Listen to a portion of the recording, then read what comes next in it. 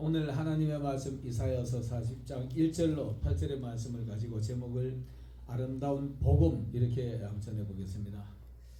여러분, 우리가 이 땅에 살아가면서 사람은 누구나 생로병사를 다 경험하죠. 오늘 하나님은 우리 인생들을 풀이라라고 말합니다. 그리고 똑같은 인생이라 할지라도 다 시들어간다라는 것을 강조합니다. 강조하면서 이렇게 말합니다. 1절에 보니까 너희 하나님이 가라사대 너희는 위로하라, 내 백성을 위로하라 이렇게 말합니다. 오늘 이 말씀을 외치는 자에게 오늘 하나님의 지도자들, 이스라엘의 지도자들에게 하시는 말씀인데, 그 당시에 이스라엘이 이 바벨론에 포로된 상태를 보고 있습니다. 그 포로된 상태에서 하나님이 이 지도자들을 오늘날에 마치 목회자들을 보내셔서 성도들에게 위로하라라는 말을 하고 있습니다. 근데 여기서 굳이 위로하라 이렇게 말합니다. 너희는 가라사대 위로하라 이렇게 말하면서 내 백성을 위로하라, 세상 사람이 아니고요 하나님의 백성들을 위로하라 이렇게 말합니다. 오늘날에 많은 주의 종들이 하나님의 강단에서 하나님의 말씀을 외치죠. 너희는 외쳐라, 가서 전해라 이렇게 말하는데 내 백성들을 위로하라, 위로의 말을 하라고 말하는 겁니다. 근데 목회자는 때로는 어떤 사람들은 이거 오해 없길 바랍니다. 강단이 있을 수 있습니다. 성도들을 내리치고 야단치는 목회자들 있죠. 야단치는 보다는 하나님의 말씀은 상대방이 들을 수 있도록 위로의 말을 하라라고 말합니다. 자, 2절에 보니까 너희는 정다이 예루살렘에 말하며 그것에게 외쳐 구하라. 그 복역의 때가 끝나고 그 죄악의 사함을 입었느니라. 그 모든 죄를 인하여 여호와의 손에서 배나 받았느니라. 이렇게 선포해라 이렇게 말합니다. 이러면서 너희는 정다이 예루살렘에 구하라 이렇게 말하는데, 옛날 성경에는요 이렇게 됐습니다. 너희는 예루살렘에 그 정다이, 요즘 새 성경에는 그의 마음에 닿도록 이렇게 돼 있어요. 요즘 성경에 보면은 그의 마음에 닿도록 이렇게 말합니다. 이 정답게, 자 보세요. 우리가 백성들을 위로하는데 그들을 들을 수 있는 말로, 그 마음에 이해가 되는 말로, 또 받아들일 수 있는 말로. 야단치면 잘 안 받아들이죠. 야단치면 사람들은 그냥 반사적으로 딱 방어 자세를 취합니다. 그래서 그들에게 말을 하는데 정답게 그들이 알아들을 수 있도록, 그들의 마음에 이해가 돼 정답이 마음에 닿도록 이렇게 세성이 되어 있어요. 예루살렘에 말하며 이 예루살렘이 바로 하나님의 도성입니다. 예루라는 말에서 두 합성어인데, 예루라는 말은 성이라는 뜻이고 살렘이라는 말은 살로 평화를 얘기하는 겁니다. 평화의 도시, 하나님의 교회가 바로 평화의 도시입니다. 이 평화의 도시가 바로 바벨론의 포로가 돼가지고 있잖아요. 여러분, 여러분은 혹이라도 포로에 있다라고 느낄 수 있나요? 물론 포로가 아니라고 다 말할 겁니다. 돈에 얽매인 사람들은 돈의 포로가 될 것입니다. 그리고 권력에 얽매여 있는 사람들, 요즘 정치인들이 다 권력에 얽매여가지고 기교 부리고 난리가 나죠. 정치의 종이 되어 있는 겁니다.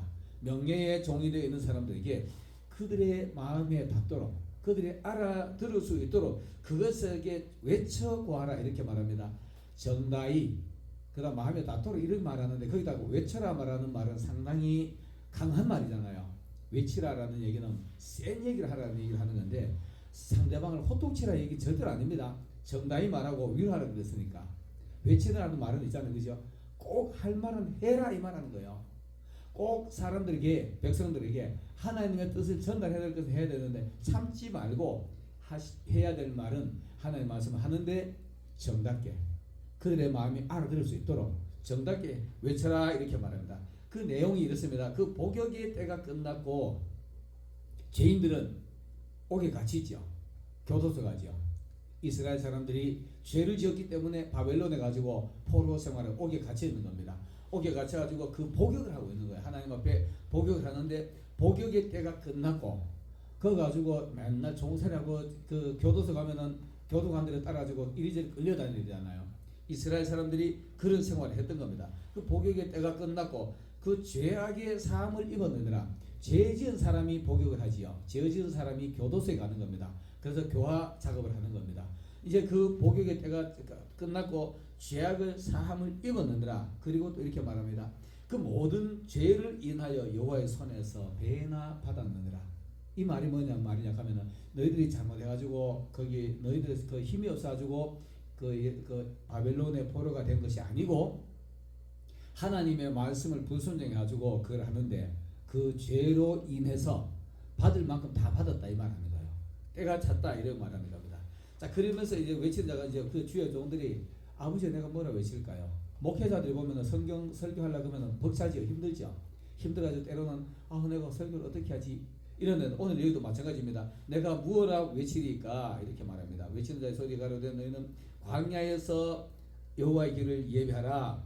그리고 사막에서 우리 하나님의 대로를 평탄케 하라. 광야는 어떤 것입니까? 이스라엘 사람들이 광야에서 40년간 방황했지요. 광야라는 한자어를 보면 넓을 광자 쓰고 들야자 써요. 그 넓은 들의 광야에는 온통 쓰잘데기 없는 풀만 자라요. 쓰잘데기 없는 풀만 자라고 승냥이들이 있고 정갈이 있고 불뱀들이 있고 뭐 이렇습니다. 이런 광야에서 이거 하는데 그 광야라는 마음이 있잖아요. 말이 사람들의 마음을 얘기하는 겁니다. 너희는 광야에서 외치라. 세례 요한이가 예수님 오신 길을 광야에서 외치죠. 외치는데 이 광야란 말이 무슨 말인가? 사람의 마음 속에 진리라고는 아무것도 없다. 텅 빈 들을 얘기하는 거예요. 하나님의 말씀이 없는 사람들의 마음이 바로 광야와 같은 겁니다. 그들의 마음은 바로 또 사막과 같은 마음입니다. 그러면서 이렇게 말합니다. 너희는 여호와의 길을 예비하라. 사막에서 우리 하나님의 대로를 평탄케 하라. 사막은 어떻습니까? 완전 모래밭이죠. 모래밭인데 거기는 태풍이 불면은 태풍이 불어옵니다. 그리고 모래 언덕이 쌓여요. 모래 계곡이 생겨요. 그 길을 걸어가려고 하면 엄청나게 힘들 겁니다. 목마르고 물이 없기 때문에. 그래서 여호와의 길을 사막에서 평탄하게 고루어 주라 이렇게 말합니다. 사람들의 마음이 사막과 같은 이렇게 막 울퉁불퉁한 사람들이 있어요. 울퉁불퉁. 어떨 때는 기분 좋으면 있는 거 다 주다가 어떤 날은 사사로운 이 가지고 시비 걸고 이런 사람들이 있습니다. 신앙인이라 할지라도 은혜가 없으면 이런 사람이 있다라는 걸 말합니다. 자, 그러면서 그 다음에 이제 거기 보면은 4절부터 내용을 구체적으로 사람의 심리 상태를 이렇게 말합니다. 골짜기마다 도두어지며 골짜기마다 우리가 하나님의 사람의 심령을 밭으로 얘기하지요. 그리고 또 광야로 얘기하고 이렇게 합니다. 자, 사람의 마음이 골짜기 같은 마음이 있습니다. 신앙생활을 하면서 하나님 앞에서 잘 신앙생활하다가 어느 날 어떤 사람을 통해서 아니면은 목회자의 설교를 통해서 마음에 상처를 입어요. 상처를 입으면 깊은 칼켜져 가지고 계곡처럼 훅 파인 곳이 있어요. 그러면은 우리 사람의 상처는요, 몸의 상처는 상처 아무르면 끝나요. 상처는 보면은 내가 그때 어디 다쳤는 상처는 보이지만은 아프진 않아요. 근데 이 사람의 심령 속의 심리 상태는, 이 상처는 어떠냐 하면은 어렸을 때 학대받았던 그 상처가 어른이 돼가지고 그와 비슷한 상황이 오면은 어렸을 때 받았던 그 상처가 그대로 나타나요. 이 사람의 상처는 정말 고치기가 힘듭니다. 이건 하나님의 은혜 아니면 고치기가 힘들어요. 그래서 이런 심리 상태의 사람을 예수님이 오실 수 있도록 고르게 하라. 도두어 줘라. 은혜 상처받은 사람 있잖아요. 목회자 설교 속에서 상처받은 사람이 있는데 당신을 야단쳐서 그런 거 아니야. 당신이 미워서 그런 것이 아니고 그냥 설교를 하는데 당신이 그게 부딪혔을 뿐이야. 우리가 이렇게 해야 되는데 어떤 사람은 그 다음날 가지고 어제 설교 당신 까는 설교다 이래 보면 그 상처가 더 커져 버리잖아요. 이렇게 하면 안 된다 얘기하는 거예요. 당신 때문에 한 것이 아니고 모든 사람을 위해서 했는데 당신이 그게 그랬을 뿐이니까 그런 데 상처받지 말고 우리가 마음을 평화롭게 하면 어느 날 하나님의 평화가 당신에게 그 아픔이 상처가 나을 거야. 이거를 골짜기를 돋워 주는 거야. 상처를 어루만져 주는 겁니다. 그 다음에는 산마다 작은 산마다 이렇게 말합니다. 요즘 새 성경에 보면은 산마다 언덕마다 이렇게 말해요. 산도 높은 것이고 작은 산도 큰 산도 다 높은 거잖아요. 이스라엘 사람 풍습에는 우리와 비슷하기 때문에 산을요 문제로 봅니다. 문제로 보고 또 교만으로 볼 수도 있어요. 그래서 예수님께서 말씀하시기를 너희가 태산 같은 산이 있을지라도 그를 명하여서 바다에 던지라고 하면 휙날아가 던져버릴 것이다. 여러분 백두산을 명령해가지고 동해바다 날아가라고 날아가겠습니까? 그런 말이 아니고요. 내 앞에 태산 같은 문제가 있을지라도 예수 그리스도 이름을 명령하면은 어느 날 휙 세상 속으로 날아가 버리고 내 앞에 그런 문제가 안 보이는 거예요. 태산 같은 문제가 문제로 안 보이는 것이 날아간 겁니다. 여러분 어떤 문제가 있나요? 어떤 문제가 있더라도 예수의 이름으로 날려 보내시고 그 태산 같은 문제를 바라보지 마시고 예수 그리스도를 바라보면은 태산 같은 문제가 문제로 안 보이고 평지로 보일 거예요. 그러면 그 문제를 자연스럽게 걸어갈 수 있는 거예요. 이게 실제로 은혜 안에서 이루어지는 겁니다. 이런 문제가 가야 되고요. 그 다음에는 또 산마다 이렇게 말하는데 교만을 얘기하는 거예요. 교만한 사람이 예수님 만나지만 그 교만이 거꾸로지게 돼 있어요. 그걸 낮춰줘야만이 그런 심령에 우리 주님께서 오실 수 있는 거예요. 이 주님 오실 수 있도록 이런 걸 갖다가 나 고르게 해줘라. 울퉁불퉁한 거 고르게 해주고 이렇게 말합니다. 그 다음에는 고르지 않는 것이 평탄기 되며, 고르지 않다는 것은 금방도 얘기했지만 울퉁불퉁한 걸 얘기하잖아요. 사람이 심령이 울퉁불퉁하면은요, 오늘은 기분이 좋아 햇빛이 쫙 나다가 내일은 구름이 껴가지고 얼굴 찡그리고 다니다가, 이런 일들이 비일비재하게 하루는 맑았다가 금방 좋았다가 금방 나빴다가 이런 심리 상태가 있습니다. 이런 심리 상태의 사람을 고르줘가지고 하나님의 말씀, 당신 이런 것만 좀 고치면 너무 멋있는 사람 같아. 이렇게 하다 보면 그 사람이 멋있는 사람이 될 수 있습니다. 그 마음이 평정심을 가질 수 있게 돼요. 그냥 변덕이 심하지 않고. 변덕 심한 사람들 정말 많아요. 금방 이 말했다 금방 저 말했다가 자기 금방 했던 말을 아니다라고 뒤집어져 버리고, 지금 정치판에도 그런 이유 때문에 지금 난리를 치고 있죠. 이런 사람의 마음에 고르게 할 수 있는 것이 바로 하나님의 말씀, 주의 종들이 할 수 있는 겁니다. 목회자들이 할 수 있는 걸 가지고 정죄하고 내가 가지고 들고부터 싸워버리고 이런 것이 아니라, 당신 그렇게 살지 말고 이렇게 하면 멋있는 사람이야. 정다이 그 사람이 받아들일 수 있는 말로, 마음에 닿을 수 있는 말로 이렇게 하는 것이 바로 고르지 않는 심리 상태가 골고루 은혜 안에서 골고루 해지고 그 속에 예수님의 임재가 일어날 수 있는 거예요. 그리고 또 험한 곳이 평지가 될 것이요. 험한 곳이 어떻습니까? 가시, 그 다음에 돌밭 이런 거잖아요. 이런 것인데, 험한 사람이 심리 상태가 있습니다. 그 사람 옆에 가지고 아무리 좋은 말 한마디 잘못하면 그 좋은 말보다가 그 말에 시비 걸는 사람이 있어요. 말만 걸면 시비 걸는 투로 짜증을 내고 화내고 이런 사람이 있습니다. 이런 심리 상태의 사람은 어떻게 보면 폭력 조직들, 옳지 못한 사람들, 이런 사람들의 심리 상태가 바로 험한 심리 상태잖아요.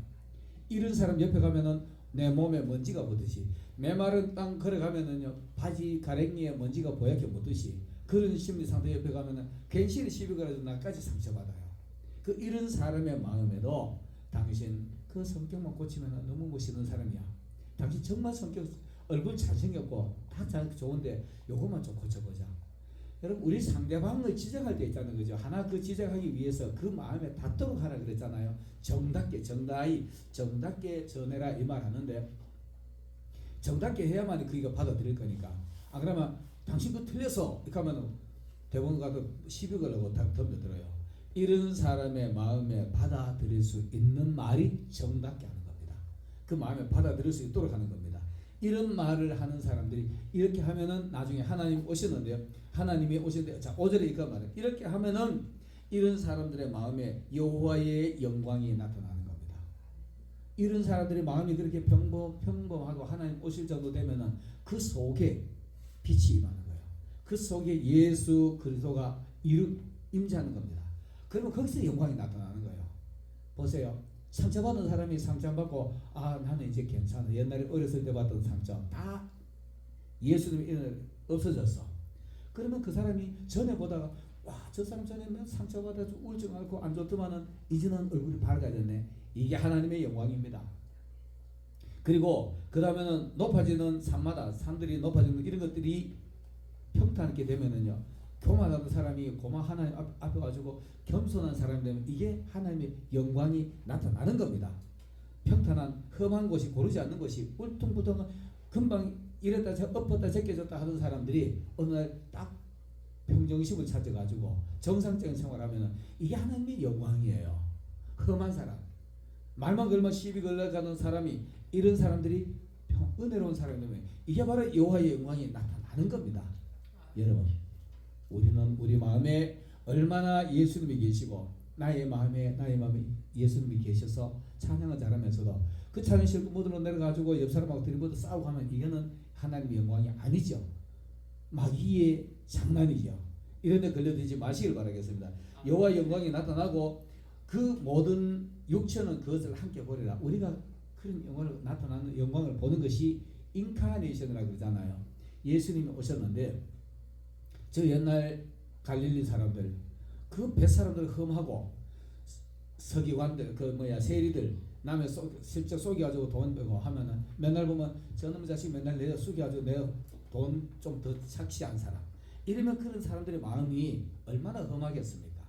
근데 예수님이 오시니까 그 험하던 뱃사람들이 정말 어린아이처럼 순수한 사람들이 되는 겁니다.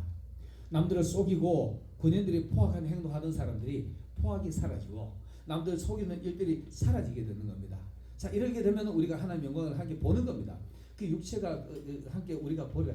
예수님께서 이 땅에 오시는 것이 바로 인카네 그게 하나님의 영광이잖아요. 말씀이 육신이 되어 우리 가운데 거하니 우리가 그 영광을 보내 아버지의 독생자의 영광이요 은혜와 진리가 충만하더라. 예수님이 이 땅에 오셔가지고 육신을 입고 오신 그 모습이 하나님의 영광입니다. 우리 예수 믿지 않는 사람들이 또 예수 믿으면서도 험한 사람들이 이렇게 은혜롭게 보면은 말씀이 육신되어 우리 가운데 나타나는 모습이 되는 겁니다. 그러면 그것이 바로 하나님의 영광이 되는 겁니다. 우리가 그 육체가 그것을 함께 보리라. 육체로 나타나는 예수님의 모습 우리 가운데서도 예수님이 계시면 정말 은혜로운 사람의 모습이 되잖아요. 그러면 그 모습 보면 보기가 좋잖아. 이것이 바로 하나님의 영광을 보게 되는 겁니다. 자, 대저 여호와의 입에 말씀하셨느니라. 하나님의 말씀입니다. 이것이 바로 하나님의 말씀이고, 자, 그 다음에 말씀 외치는 자가 주의 종들이 내가 무엇라 외치리까? 목회자 처음 되고 나면은 설교를 말씀도 잘 떠오르지 않고 뭔 말을 해야 될지도 모르겠고 설교를 어떻게 하지? 가자 외치라. 그 외치는 내용이 이렇습니다. 모든 육체는 풀이다. 인생 너 별거 아니다. 인생 순식간에 지나가는 거다. 이거 말하는 거예요. 너 모든 육체는 풀이다. 풀이는 1년생이잖아요. 1년은 봄에 태어났다가 가을에는 시들어버린 것이 풀이라 말합니다. 그 모든 아름다움은 들의 꽃 같으니 우리 꽃이 며칠간 피는지 압니까? 100일 오면 100일간 핀다 그러잖아요. 한자로 이렇게 말해요. 화무 11호. 꽃이 아름다우면 10일 넘기는 꽃이 잘 없더라. 그래서 화무 11호 그러는데 인생이 그와 같다는 겁니다. 여러분 우리 지금 여기 보자 20대 젊은 청년들 얼마나 있을까? 청년들의 아름다움이 그 잠깐이에요. 우리 이제 저도 이제 나이가 들만큼 들었는데 돌아보면은 어느새 이만큼 같이 내가 뭘 했지? 지나가고 보면 아무것도 아닌 거예요. 그 모든 아름다움은 들꽃과 같은 거야. 10일 동안 반짝 아름답던 꽃이 시들어보면 보고 이상하잖아요. 그 젊었을 때 싱싱하고 아름답던 힘넘치고 이런 아름다움이 한순간에 무너져가지고 어느 날에 그거를 보면은 20대 사진하고 내 지금의 사진 보면은 내가 깜짝 놀랄 모습이 바로 들의 꽃처럼 시들어가는 모습입니다. 인생도 이렇게 시들어갑니다. 자 보세요. 7절에 보면 풀은 마르고 꽃은 시들면 여호와의 기운이 그 위에 불매라. 우리 육신이에요. 육신의 생로병사가 여호와의 역사는 하나님이 하시는 거예요. 하나님이 이 땅에 보내시고 우리가 살아나고 병들고 늙어가는 겁니다. 생로병사가 이렇게 되는 건데 이게 바로 여호와께서 하시는 건데 여호와의 기운이 그 위에 불매라. 우리는 하나님의 기운으로 우리 땅에 살아가고 있다는 것을 성경은 말하고 있습니다. 이 백성은 실로 풀이로다. 이 백성은 누굽니까? 이스라엘 백성을 얘기하는 겁니다. 오늘날의 교회의 성도들을 얘기를 하는 겁니다. 실로 풀이로다. 풀은 마르고 꽃은 시드나 우리 인생은 생로병사 속에서 자유로울 수 없으나 풀은 마르고 꽃은 시드나 우리 하나님의 말씀은 영영이 서리라. 여러분들의 내면에 여러분들의 영성 속에 하나님의 말씀이 얼마나 완벽하게 서 있느냐, 얼마나 성경적으로 살았느냐, 이걸 말하고 있는 겁니다. 성경적으로 살고 성경적으로 살아면 그 말씀이 영영이 서리라. 하나님 앞에 가면은 청청하게 하나님의 말씀으로 살아있는 사람은 그의 모습이 정말 청청하게 살아있을 겁니다. 이걸 말하는 겁니다. 여러분 우리 아름다운 복음이요, 아름다운 복음이 우리 이 세상 살아가면서 여기에서 먹고 사는 것이 안주하는 것이 아니라 하나님의 말씀을 우리가 얼마나 이해를 하고 하나님의 말씀이 내 안에 얼마나 녹아져 가지고 내가 하나님의 사람처럼 살았느냐, 여호와의 말씀을 영영한 것처럼 내 안에 말씀이 얼마나 운동을 했고 내가 얼마나 말씀대로 살았느냐 따라서 하나님 앞에 가면은 우리가 바로 설 겁니다. 이 아름다운 복음을 사람들에게, 하나님의 백성들에게 가르치라는 얘기합니다. 외쳐라. 위로하라라는 말도 있고요. 정답게 위로하라 이 말도 있지만 외쳐라 이 말은요. 이 말씀을 정확하게 하나님은 세상 사람들에게 전달하라 이렇게 하는 겁니다. 이것이 바로 아름다운 복음이라 말할 수 있을 겁니다. 오늘 이 영상을 보는 여러분들이요. 하나님의 말씀으로 살아가고 하나님의 말씀으로 인격을 만들어서 하나님 앞에 가지고 여러분의 나타났을 때의 모습은 우리 인간의 아름다운 모습 전혀 없습니다. 하나님의 말씀을 얼마나 정직하게 살았느냐 이것만 하나님 앞에 가면은 나타나 있을 겁니다. 오늘 이 아름다운 복음을 여러분 받아들여서 예수님으로 예수님의 은혜 은총으로 하나님의 사랑 가운데서 살아가는 여러분들이 되시기를 예수님 이름으로 축원합니다. 아멘. 기도드리겠습니다.